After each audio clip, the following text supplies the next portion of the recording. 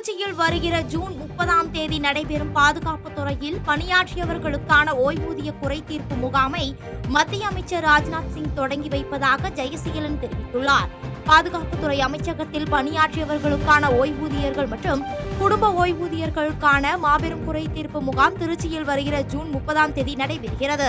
இந்த முகாமினை பாதுகாப்புத்துறை அமைச்சர் ராஜ்நாத் சிங் தொடங்கி வைக்கிறார். இது தொடர்பாக செய்தியாளர்களை சந்தித்து பேசிய பாதுகாப்பு கணக்குகள் கட்டுப்பாட்டாளர் ஜெயசீலன், 2022 வெளியிடப்பட்ட அரசாணையின்படி பாதுகாப்பு துறையில் பணியாற்றி அவர்களுக்கு 2 ஓய்வூதியம் பெறுவதற்கான தகுதிகள் வழங்கப்பட்டுள்ளது. அதன்படி ஓய்வூதியர்கள் மற்றும் குடும்ப ஓய்வூதியர்களுக்கு கிராமந்தோறும் வீடு சென்று அவர்களுடைய குறைகளை தீர்க்கும் வகையில் 4 நடமாடும் ஓய்வூதிய குறை தீர்க்கும் வாகனத்தை அமைச்சர் ராஜ்நாத் சிங் கொடியசைத்து தொடங்கி வைப்பதாக தெரிவித்தார். மேலும் இந்த முகாமில் ஓய்வூதிய குடும்ப ஓய்வூதியர்களுக்கு காசோலையும் மத்திய அமைச்சர் வழங்க இருப்பதாக தெரிவித்தார். திருச்சி மாவட்டத்திலும் திருச்சி மாவட்டத்தை சுற்றி உள்ள அனைத்து மாவட்டங்களிலும் உள்ள டிஃபென்ஸ் பென்ஷனர்கள் வந்து அவர்களுடைய குறைகளை தீர்த்து கொள்ளலாம். இந்த மாபெரும் குறை தீர்ப்பு முகாமில் நமது பாதுகாப்பு அமைச்சகத்தின் நம்ம பாதுகாப்பு அமைச்சர் திரு ராஜ்நாத் சிங் அவர்கள் வருகிறார்கள். சிறப்பு விருந்தினராக கலந்து கொண்டு குறைகள் தீர்க்கப்படாத மிகப்பெரிய குறைகளுக்கு நிவர்த்தி செய்து அவர்களுக்கான காசோலைகளை வழங்குகிறார்கள். இந்த நிகழ்ச்சியில் 6 மொபைல் ஸ்பர்ஸ் வேன் என்று சொல்லக்கூடிய வாகன ஊர்தியை அவர்கள் பச்சை கொடி ஆட்டி துவக்கி வைக்கிறார்கள். நகராட்சி நிர்வாகம் சரியான முடிவுகளை எடுக்காவிட்டால் தலைமையின் ஒப்புதலோடு போராட்டம் நடத்தப்படும் என முன்னாள் அமைச்சர் KA செங்கோட்டையன் எச்சரிக்கை விடுத்துள்ளார். ஈரோடு மாவட்டம் கோபிச்செட்டிப்பாளையத்தில் தினசரி மார்க்கெட் அமைக்க கடந்த அதிமுக ஆட்சியில் 6.99 கோடி ரூபாய் நிதி ஒதுக்கீடு செய்யப்பட்டது. இதனைத் தொடர்ந்து கடந்த ஆண்டு காணொலி மூலமாக தமிழக முதலமைச்சர் திறந்து வைத்ததை அடுத்து தற்போது கட்டிடத்தின் கீழ்த்தளத்தில் நீர்க்கசிவு ஏற்பட்டுள்ளது. இந்நிலையில் கோபி சட்டமன்ற உறுப்பினர் KA செங்கோட்டையன் மார்க்கெட் பகுதிக்கு நேரில் சென்று ஆய்வு மேற்கொண்டார். அதனைத் தொடர்ந்து செய்தியாளர்களை சந்தித்த அவர், மார்க்கெட்டின் கீழ்ப்பகுதி வாகனங்கள் நிறுத்துவதற்கு சரியான முறையில் பணிகளை மேற்கொள்ளவில்லை என்றும், மார்க்கெட் கீழ்த்தளத்தில் தண்ணீர் ஊற்று போல நிற்கிறது என்றும் ஆய்வு செய்த பின் குற்றம் சாட்டி பேசினார். இதனைத் தொடர்ந்து 2 மாதத்திற்குள் சரியான முடிவுகள் நகராட்சி நிர்வாகம் எடுக்காவிட்டால் தலைமையின் ஒப்புதலோடு போராட்டம் நடைபெறும் என எச்சரிக்கை விடுத்து பேசினார். இந்த கட்டப்பட்டிருக்க கட்டடத்திற்கு வருகை தர வேண்டும் என்று நோட்டீஸ் கொடுக்கப்பட்டிருக்கிறது. இதையெல்லாம் நகராட்சி ஆய்ந்ததா, இதற்கான பணிகளை மேற்கொண்டிருக்கிறதா என்பதை நகராட்சி தான் இதற்கு பதில் சொல்ல வேண்டும். இதற்கு சரியான முடிவுகள் 2 மாதத்திற்கு எடுக்கவில்லை என்று சொன்னால் மாபெரும் போராட்டம் நம்முடைய தலைமையின் ஒப்புதலோடு நடைபெறும் என்பதை நான் இந்த நேரத்திலே தெரிவித்துக் கொள்கிறேன். பொன்னமராவதியில் பூட்டிய வீட்டில் இறந்து கிடந்த அரசு பள்ளி ஆசிரியையை மீட்டு போலீசார் விசாரணை மேற்கொண்டு வருகின்றனர்.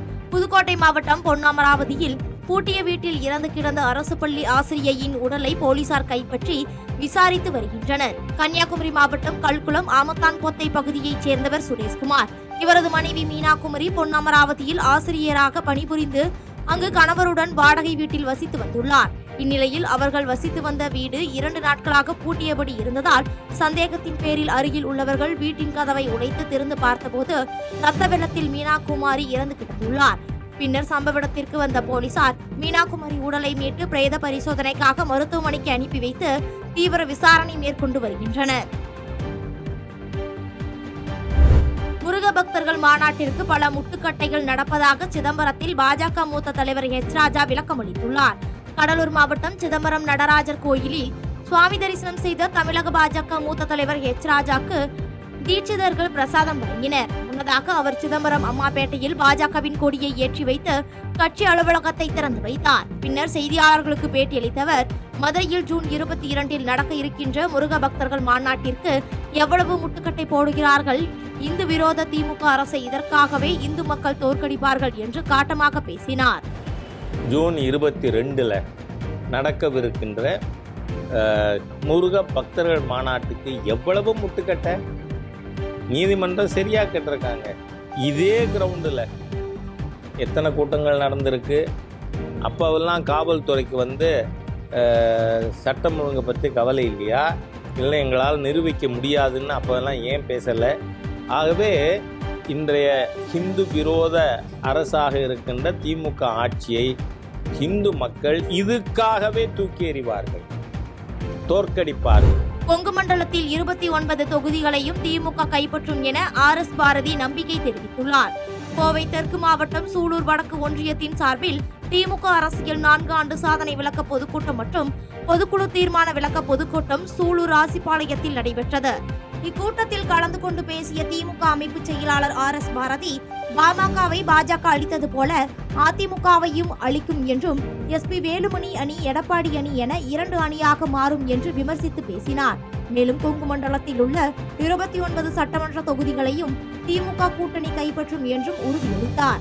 ஒன்று மட்டும் சொல்கிறேன், பாஜக எல்லா ஊர்லயும் குடும்பத்தை கலைச்சி கட்சியை கலைச்சி ஆட்சிக்கு வர முடிஞ்சது. நாட்டிலேயே ராமதாஸும் புள்ளையும் பிரிச்சிட்டாங்க. திமுக காரகட்டம் மட்டும்தான் மோடியோ அமித்ஷாவோ கட்ட முடியும் என்றால் இதுக்கு தலைமையேற்று நடத்தக்கூடியவர் தலைவர் MK ஸ்டாலின்.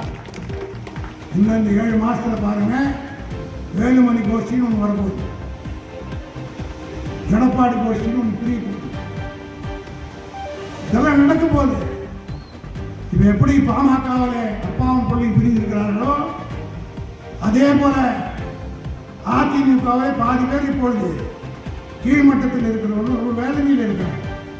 செய்திகளை உடனுக்குடன் தெரிந்து கொள்ள கீழ்கண்ட கேபிள் மற்றும் DTH நெட்வொர்க்குகளில் எம்நாடு செய்தி தொலைக்காட்சியை காணுங்கள்.